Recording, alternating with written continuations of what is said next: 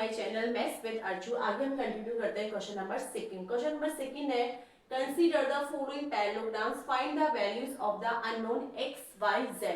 हमें parallelogram given है जिसमें हमें x y z की वैल्यू फाइंड आउट करनी है। तो फर्स्ट पैरेललोग्राम है बच्चों ए बी सी डी, जिसमें हमें एंगल बी की वैल्यू गिवन है और x y z की वैल्यू फाइंड आउट करनी है। तो देखो ये अगर 100 है तो y की वैल्यू कितनी होगी 100, क्योंकि अपोजिट एंगल क्या होते हैं इक्वल। तो सबसे पहले हम निकालेंगे y की वैल्यू। तो y इक्वल टू आएगा बच्चों 100 डिग्री। क्यों आएगा? क्योंकि रीजन भी हम लिखेंगे opposite angles are equal. Opposite angles are equal. Okay, अब देखिए जब y इक्वल टू कितना आ गया 100, अगर y इक्वल टू 100 है तो y और z दोनों क्या है एडजेसेंट एंगल है। अगर y की वैल्यू हमारे पास 100 है तो हम z की वैल्यू इजीली निकाल लेंगे क्योंकि दोनों क्या है एडजेसेंट एंगल है। तो हम क्या लिखेंगे y plus z equal to 180 degree. Both are adjacent angle. Okay, तो y की वैल्यू कितनी फाइंड आउट की हमने 100, तो 100 plus z equal to 180 degree. तो z इक्वल टू कितना आएगा बच्चों 180 माइनस 100 इक्वल टू 80। अब देखिए हमारे पास z की वैल्यू भी आ गई। z की वैल्यू कितनी आई है 80 डिग्री। अब अगर z की वैल्यू 80 है तो x की वैल्यू भी कितनी होगी 80। क्यों होगी? क्योंकि z इक्वल टू x क्यों होगा? क्योंकि दोनों अपोजिट एंगल है। तो हम लिखेंगे z इक्वल टू x और यहाँ पे लिखेंगे opposite angles are equal. Opposite angles are equal. तो z इक्वल टू 180 डिग्री है तो x इक्वल टू भी कितना आएगा, sorry z equal to 80 degree है तो x इक्वल टू भी कितना आएगा 80 डिग्री। तो x की वैल्यू भी कितनी आ गई है 80 डिग्री।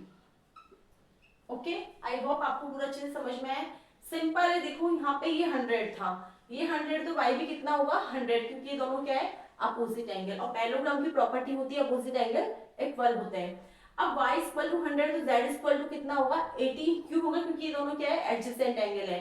तो हमने y plus z equal to किया 180 और z की वैल्यू आई 80। अगर z 80 तो x भी कितना होगा 80, क्योंकि ये दोनों अपोजिट एंगल है। नाउ सेकंड क्वेश्चन बच्चों, ये पैरेललोग्राम है जिसमें हमें ये वाले एंगल की वैल्यू गिवन है और x y z की वैल्यू हमको फाइंड आउट करनी है।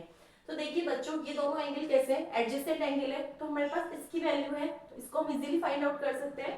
तो हम क्या लिखेंगे 50 plus x equal to 180 degree. क्यों? Both are adjacent angle.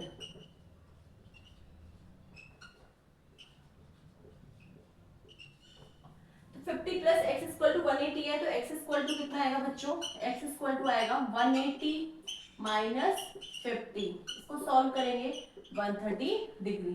तो x की वैल्यू हमको मिल गई कितनी 130 डिग्री। अब देखिए x की वैल्यू 130 है तो y की वैल्यू भी क्या होगी 130। क्यों होगी? क्योंकि दोनों क्या है अपोजिट एंगल। तो हम यहाँ क्या लिखेंगे x इक्वल टू y। क्यों? Both are opposite angle. Both are opposite angle. तो x इक्वल टू y है तो x की वैल्यू कितनी है 130, तो y की वैल्यू भी कितनी आएगी 130। y की वैल्यू भी हमको मिल गई 130। अब देखिए आपको ध्यान देना है, आपको z की वैल्यू फाइंड आउट करनी है, इस वाले एंगल की वैल्यू फाइंड आउट नहीं करनी है। अगर इसकी वैल्यू फाइंड आउट करें तो सिंपल तो 50 आ जाती। इसको हम कंसीडर कर लेते हैं q मान लो, इसको कंसीडर मान लो q। ओके, तो q की वैल्यू किसकी इक्वल होगी 50 के इक्वल, क्योंकि दोनों क्या है अपोजिट एंगल।